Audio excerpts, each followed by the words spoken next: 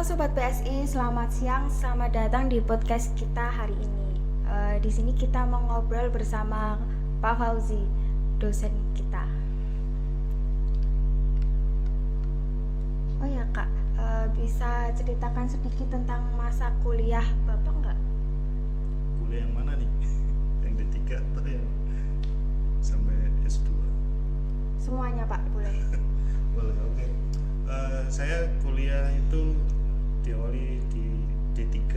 D3 itu saya di BSI Purwokerto, D3, kemudian lanjut lagi S1, kemudian lanjut lagi S2 di Nusa Mandiri. Itu sih. Nah, di kuliah itu saya dapat beasiswa, tentunya dari kampus BSI, yayasan kampus BSI, itu dari D3 sampai S2. Jadi alhamdulillah saya kuliah di BSI itu sangat dibantu sekali, dan ya sejak itu saya bisa istilahnya bisa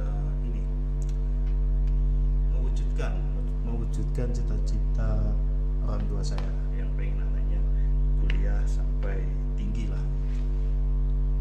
Ya itu sih. Ambil apa Pak? Prodinya? Oh ya, untuk prodinya saya ambil di D3 itu. D3 karena di BSI dulu masih ini ya, amik ya, belum jadi universitas. Jadi pas di awal itu saya ngambilnya manajemen informatika, terus S1 nya sistem informasi, sama yang S2 nya itu ini ilmu komputer ya, jadi gelarnya itu MCom gitu. Ya. Kenapa Pak milih jurusan sistem informasi? Memilih sistem informasi awalnya sih emang bukan basicnya dari komputer atau informasi ya. Nah, awalnya saya emang dari jurusannya di SMA kan IPA, tapi pas dapat beasiswa itu kan saya dapatnya di jurusan manajemen informatika. Jadi saya milih sistem informasi itu ya mungkin agar nyambung aja sih, masih nyambung gitu, karena jurusannya juga pas itu di BSI Purwokerto adanya manajemen informatika. S1 nya saya lanjut sistem informasi, dan S2 nya juga saya masih intinya ada hubungannya sama komputer gitu aja. Dan menurut saya sistem informasi juga prodi yang cukup bagus juga untuk prospek kerjanya. Sama saya juga dapat ilmu baru dari sistem informasi ini, yang tadinya di SMA belum sama sekali tahu namanya coding ataupun website segala macam, itu saya nggak tahu. Tapi setelah saya kuliah, alhamdulillah saya bisa dapat banyak ilmu dari itu tadi, manajemen informatika, sistem informasi, dan ilmu komputer itu sendiri ya. Kalau tantangan terbesar selama kuliah dan cara mengatasinya itu gimana sih Pak? Tantangan terbesar ini kuliahnya apa ya, tugasnya atau apa nih? Tugasnya? Tugas, kalau tugas dulu emang kalau zaman saya itu masih lihat-lihat buku ya, jadi masih ke perpustakaan cari referensi buku untuk jurnal juga, itu masih mencari. Itu kalau tugas-tugas emang agak susah, walaupun ada internet, tapi pas zaman saya itu belum ada AI, jadi emang agak susah sih, masih ada manualnya juga, cari buku di perpustakaan mana-mana untuk bikin kayak proposal atau laporan-laporan, itu sangat butuh itu. Tapi kalau sekarang kan kita sudah ada AI, jadi mungkin sangat dipermudah sih untuk mahasiswa yang sekarang kuliah. Jadi dulu susahnya itu sih, kalau disuruh bikin proposal itu harus emang cari jurnal juga agak susah untuk online ya, karena masih kurang ada ini untuk kutipannya di Google juga masih kurang. Kalau sekarang perkembangannya sudah pesat banget, dan ada AI juga yang bisa membantu memilah jurnal-jurnal untuk kita masukkan ke dalam laporan ataupun proposal. Itu sih. Kalau boleh tahu, boleh ceritakan pengalaman magang Bapak selama di kampus BSI Pak? Oh ya, untuk saya selama kuliah di BSI itu juga ada kegiatan magang. Magang itu saya mulai di semester salah nih. Jadi dulu saya sempat magang di BTI ataupun kalau di sini biasanya dikenal TS. Nah, itu seputar tentang jaringan atau sistem di kampus. Itu nanti mempelajari tentang itu. Nah, magang saja juga ada, saya pernah di bagian BCC. BCC kalau itu di SMK biasanya namanya BKK sih, yang cari tempat kerja buat yang magang. lebih gampang gitu kan. Buat magang itu infonya di mana. Nah itu saya magang itu sempat di bagian BCC itu sebagai staff, magang staff BCC-nya itu saya cari info terkait lowongan kerja atau job fair. Nanti saya datang ke situ, saya cari info tentang ya marketingnya atau bagian HRD-nya. Dan juga ada satu lagi nih magang yang paling lama dan sampai akhirnya bikin saya sampai sekarang ini itu magang bagian marketing. Jadi magang bagian marketing itu yang paling lama selama saya magang dari semester mungkin S1 sampai S2 awal itu saya masih magang di bagian marketingnya BSI. Jadi bisa mulai dari promosi atau event-event itu saya masuk di situ di bagian magang marketingnya. Itu sih untuk yang pengalaman saya magang di BSI. Hal baru yang Bapak pelajari saat magang yang tidak dapat di kuliah itu apa, Pak? Yang tidak dapat di kuliah, mungkin di luar mata kuliah pelajaran gitu ya. Iya. Tentunya kalau BTI atau TS itu ya saya tadinya awam banget terkait ini soal jaringan. Saya awalnya tidak tahu namanya IP address atau kabel-kabel. Setelah saya masuk di magang TS itu, saya juga akhirnya bisa tahu nih kabel mana untuk CCTV, mana untuk jaringan segala macam, itu saya tahu dari situ, dari magang itu. Kemudian juga ada marketing itu ilmunya, jadi saya juga nggak tahu marketing itu apakah cuma jualan saja atau cuma kita ngomong depan siswa PMB di sekolah, tapi enggak. Marketing itu emang satu, kita harus branding suatu produk, atau kalau di kampus jelas brandingnya tentang kampus. Saya jadi tahu tentang bagaimana sih cara brandingnya itu supaya bagus, bagaimana marketing itu ada aturannya atau tidak, itu ada. Saya dapat ilmunya itu setelah magang ini. Kalau saya nggak magang di bagian marketing ini, mungkin saya juga nggak akan tahu nih bagaimana cari mahasiswa yang banyak, atau bagaimana cara branding kita, mulai dari bikin flyer, video, dan mungkin digital marketing ya. Saya juga nggak tahu itu. Saya dapat ilmunya dari magang di bagian marketing. Itu sih. Apakah pengalaman magang itu berpengaruh pada arah karir Bapak ke depan? Yang jelas sangat ya, karena saya saat ini alhamdulillah jadi koordinator marketing di kampus UBSI Solo. Jadi walaupun saya pernah magang di beberapa bagian, tapi kan yang paling lama, paling banyak ilmunya itu mungkin di magang markom ya, atau marketing ya. Jadi ini sangat menentukan saya akhirnya jadi salah satu staf marketingnya UBSI. Dan itu sangat membantu saya, karena saya magang akhirnya saya ditempatkan di bagian marketing di UBSI. Itu sangat membantu sih. Apa yang membuat Bapak semangat lanjut S2, Pak? Semangat yang pertama jelas tadi yang di awal saya sudah sampaikan, mungkin karena cita-cita kedua orang tua saya yang pengen anaknya sekolah tinggi, itu satu.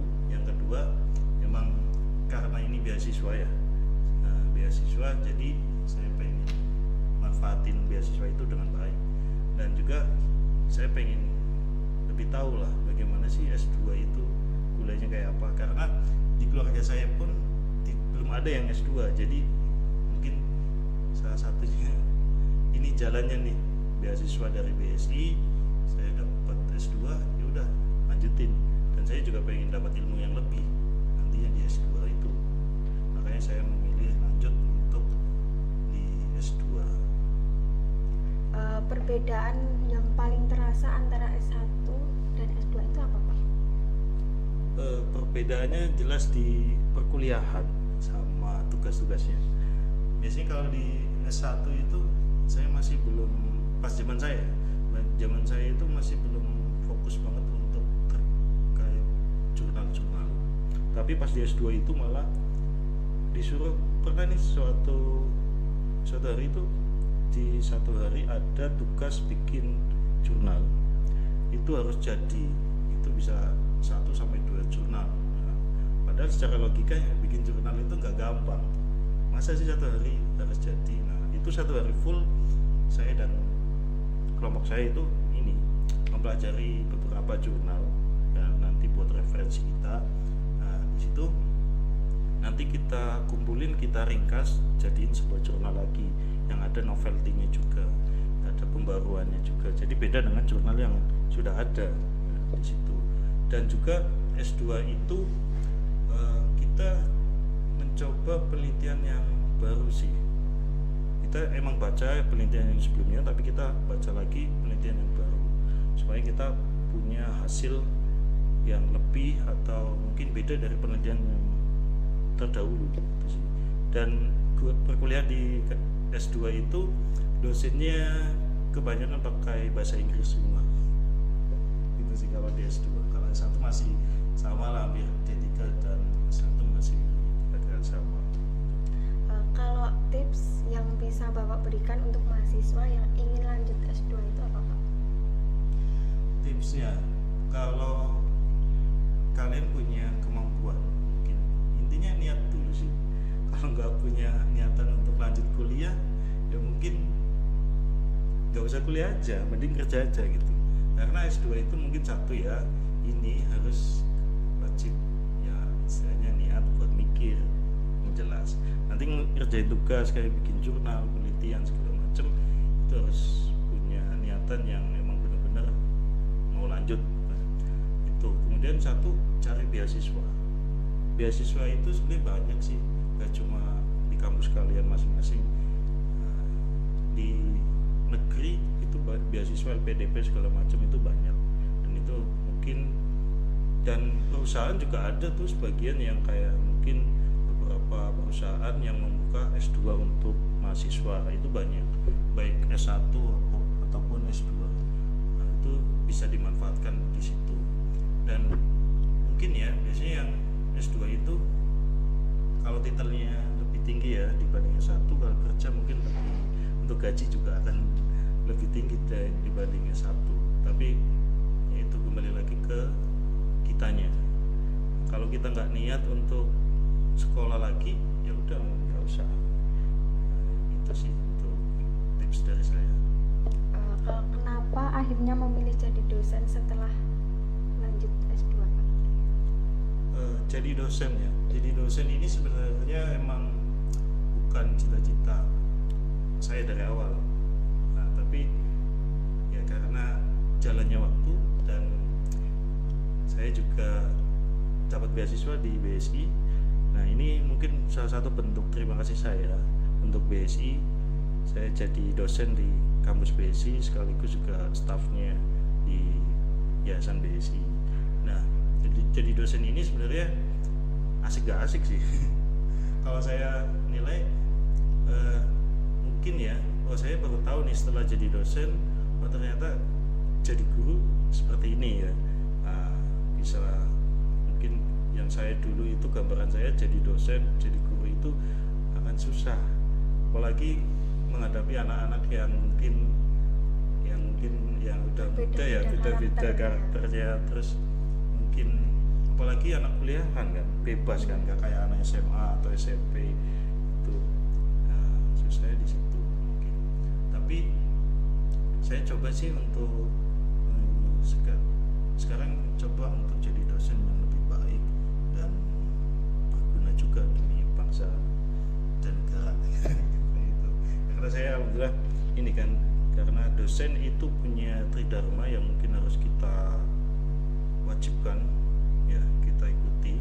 Itu ada penelitian, pengabdian ya, dan mungkin pertemuan akademiknya atau penunjang yang lain itu harus ikut juga, karena untuk bangsa yang maju itu juga karena salah satunya karena pendidikan juga, salah satunya juga itu tujuan saya supaya mencerdaskan rakyat Indonesia juga sama mahasiswa saya juga. Itu sih ya. Apa sih Pak hal yang paling Bapak nikmati dari menjadi dosen? Yang pertama, jadi dosen itu senang sih, senang kalau ketemu mahasiswa yang ambis. Kalau saya sih senang banget kalau ketemu mahasiswa yang ambis, jadi saya bisa tahu karakter setiap orang, apalagi anak muda sekarang. Nah, itu bisa ketemu yang beda-beda karakter, dan apalagi ya, kalau ada mahasiswa yang ambis, kalau saya kita diskusi atau kasih tugas itu langsung jawab, wah interaksinya saya bisa tahu bagaimana karakter mahasiswa itu. Dan jadi dosen ini sukanya itu ya jelas, mungkin kalau buat pribadi, oh iya ini capaian saya yang tertinggi selama saya kuliah. Akhirnya ujungnya jadi dosen juga, dan juga alhamdulillah dosen ini pengganti dari ini kakak saya. Soalnya kakak saya dulunya pengen jadi guru, tapi akhirnya nggak jadi karena itu mungkin setelah nikah akhirnya nggak dibolehin sama suami, jadi akhirnya saya yang melanjutkan jadi salah satu mungkin pengganti dari cita-cita kakak saya juga. Jadi saya di sini jadi dosen pun nggak melulu karena saya sendiri, tapi karena ada faktor di belakangnya yang sangat mendorong saya untuk lanjutin aja di dosen. Satu karena itu tadi sebelumnya udah pengen mencerdaskan anak-anak Indonesia, keluarga juga, dan saya juga pengen banyak dapat ilmu lagi lewat dosen ini. Kalau pesan Bapak untuk mahasiswa atau siswa SMK yang menyiapkan masa depan mereka itu apa sih Pak? SMA SMK ya, yang lulus gitu ya. Pesannya kalau mereka SMK mungkin ya ada dua pilihan ya, mau kerja ataupun kuliah juga bisa. Kalau mereka pengen kerja dulu silahkan ya, tapi tetap harus siapkan skill. Kalau dari sekarang sih, kalau menurut saya itu semuanya harus punya skill ya, baik itu SMK ataupun SMA. Itu yang pengen kerja. Kalau kalian nggak punya skill itu banyak kok. Misalkan editing video, bikin desain, atau skillnya nyanyi atau apa, punya bakat itu harus jangan dipendam lah. Intinya kalau mereka pengen kedepannya pengen punya apa ya, mungkin sukses gitu ya, pengen sukses ya, kalau kalian punya skill ya diasah lah mulai dari sekarang. Kalau pengen kuliah ya coba cari kampus yang mungkin bagus akreditasinya, prodinya juga bagus, dan jenjang karirnya sesuai dengan prodinya gitu. Jadi kalau jangan sampai salah pilih kampus lah kalau mau kuliah, jadi sesuai kemampuannya. Kalau minatnya di sistem informasi atau coding kayak gitu ya silakan pilih prodi yang sesuai. Kalau dia lebih ke sastra ya bisa tuh sastra Inggris atau apa. Kalau lebih ke seni ya bisa itu kuliah seni, kan ada kan Ya. Jadi sesuaikan dengan bakat kalian masing-masing. Jadi yang utama ada skill, bakat, dan ya finansial juga sih harus dipikirkan juga. Kalau finansial mungkin bisa cari beasiswa juga, ada itu. Kalau memang udah mampu secara finansial bisa oke, tinggal pilih dan ya siapkan otaknya sih. Kalau mampu ya bisa ikut kampus-kampus yang mungkin dibilang elit atau bagus. Itu saja sih. Terima kasih atas waktunya Pak Fauzi. Semoga ceritanya menginspirasi banyak orang. Terima kasih yang sudah menonton podcast kita hari ini. Kuliah. Isi aja. Terima kasih.